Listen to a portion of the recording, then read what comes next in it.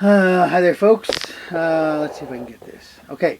Um, just been doing some praying here and thinking about some of the other things that the Lord has shown me that are going to be taking place during the 1,000 years of peace. And they're going to be pretty amazing. Let's see if I can just get this right. I can't see the view through the lens, so I'm just kind of guessing what the framing is like. But anyway, just talking about an ordinary day during the 1,000 years of peace. Because there's going to be two types of ordinary days. An ordinary day for you, the wise virgins, the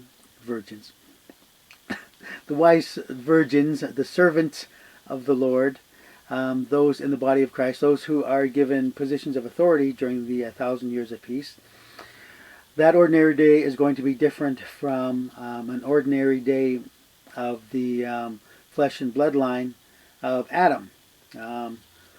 Those who are the survivors of Armageddon, their children, their great-grandchildren, great-great-great-grandchildren, as they grow up and populate the planet Earth during the 1,000 years of peace.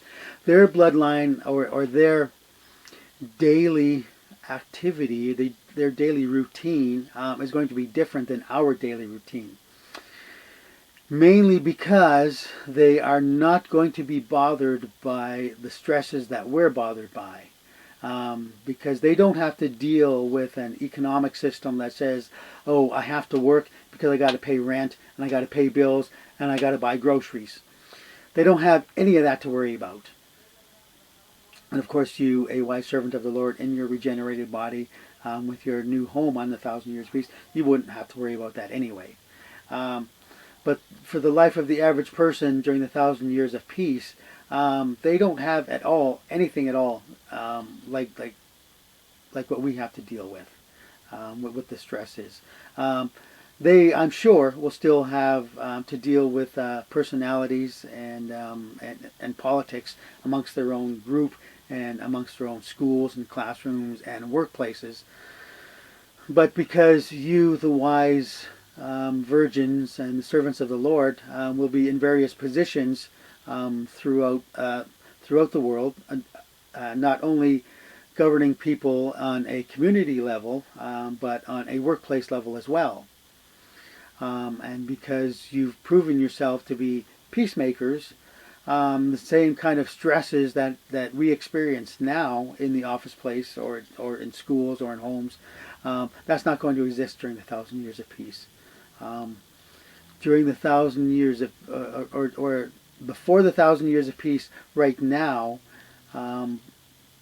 between Adam and Eve and the time of the rapture, those are the kind of leaders Jesus has been looking for. Are the people who can keep peace, the people who are generous, the people who are not selfish, the people who are kind and forgiving and loving. Those are going to be the leaders during the 1,000 years of peace. Those are going to be the ones in the workplace, governing cities and communities, governing nations as well too. Are those ones who've proven during the tough times that even with times as tough as they can be, they can still be kind, they can still be gentle, they can still be loving, like you're showing. So those are going to be leaders. So the average day for the average person is not going to be a stressful one like we have now. Because again, if they wanted to, an average person, if they wanted to keep a fridge, they could keep a fridge if they wanted to. Or at the end of the workday, they can just go down to a market, pick up whatever kind of foods they wanted for supper that evening, and just take it home and cook it. Or they can just go into any restaurant during the 1,000 years of peace, and they can just sit down and people will serve them. People serve them because they've always wanted to cook. Some people like to serve other people. Some people like to cook. Some people like to run restaurants. Some people like to run hotels. There is no industry, no business, no workplace during the 1,000 years of peace where people charge money. So people can just walk anywhere during the 1,000 years of peace, and they will be taken care of. They won't have to worry about, oh, I'm a homeless person. I have to beg so that I can buy a sandwich. I have to go look into the garbage for something to eat. That is going to be totally non-existent during the 1,000 years of peace. Jesus is going to be setting up a brand new global society, cities that are run efficiently, people that are run or that run society for the benefit of other people. You wise virgins and all the people right now before the rapture, you're everybody in the body of Christ right now has particular skills and talents. Whether you're an architect, whether you're a designer, whether you're a construction worker, whether you're a teacher, whether you're a cook, whether you're a mother, a father, whether you're an uncle, whatever it is you do, those particular skills will be of great use during the 1,000 years of peace. Not only will you be leaders during the 1,000 years of peace, but you will also be teachers as well. You have a particular skill set that others will want to learn too. And so there will be a certain amount of learning, and there will be a certain amount of daily routine during the 1,000 years of peace. But there will also be, for the most part, it will be a vacation spot. The 1,000 years of peace that Jesus is going to be setting up for the average person. What I saw in the vision, especially yesterday, and the visions that I've seen since the 90s, is that people, the average person, is going to be working 2 months, 40 hours a week, 50 hours a week, and then they'll be on holidays for 2 months. And even if they're gone for 2 months, the system will be at such peak efficiency that there will be somebody that can step into that position for another 2 months, and things won't falter when they're gone. Everything will keep running smoothly, even if people get a 2-month vacation. And this is the other thing that I've been meaning to talk about for a while, and I've been praying about it for a while. Is in the 90s, I had these visions of these things called floaters. And during the 1,000 years of peace, in the sky, you will look up at some point. You may or may not see, it depends on what time of the day or what time of the month or what time of the year it is. You may see a floater or two, or a drifter or two. And these drifters are basically city-sized luxury liners. And all they do is they just float around the globe in one direction. But because there's 12 of them, there's 12 of them floating around the globe in different directions, and each of them takes about a year to go around. And the average citizen, those of the bloodline of Adam, because they don't have your powers to think yourselves around or to fly, because they are stuck in time and space, they plan their vacations around whatever floater is coming by.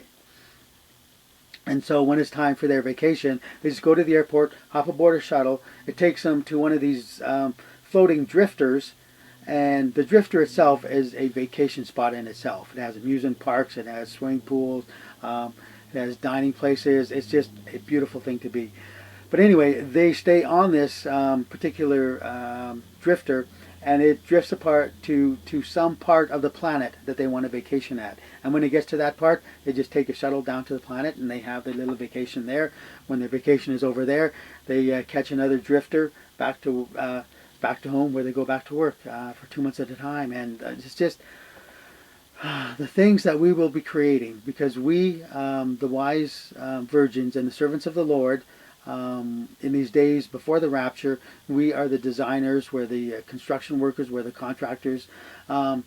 We will know how to design a city to make it run efficiently. We will know how to design vehicles to make them run efficiently. So the world, technology, the technology during the 1,000 years of peace, it's going to be that much more efficient. It's going to be that much more amazing. The largest building that we have now is going to be the smallest building during the 1,000 years of peace. All our technology, whether it's flying, whether it's for the water, on top of the water or under the water, whether it's a land vehicle, whether it's a floating vehicle, whatever it is, it's not going to pollute. Jesus is going to show us how to create technology that's going to incorporate the forces of nature, as well as pieces of nature, elements of nature. It's just going to be a much more efficient world for everybody. In terms of their daily life, they will still have work, they will still have jobs, but there'll be jobs that they want to go to. It'll be jobs that they enjoy, jobs that we enjoy, things that we enjoy doing. So time is going to be a lot better in terms of an ordinary day during the 1,000 years of peace. It's going to be far more glorious, and it's going to be far more enjoyable than the days that we have now before the rapture, because they're being controlled by the darker forces, and they're not meant for our personal benefit. They say it's for our benefit, but it's really for their wallets. Anyway, I don't want to get into that. That's it for now. Just know that the 1,000 years of peace, as we progress, is going to be a whole lot more efficient and a whole lot more enjoyable for everybody there. So that's it. Be a blessing wherever you are in the world. Just be a blessing wherever you are in internet land and YouTube world. Jesus is going to be here sooner rather than later. Take care. Stay in prayer. We'll see you in Jesus' kingdom somewhere over there, or maybe even somewhere up in the air. Okay. Jesus rules.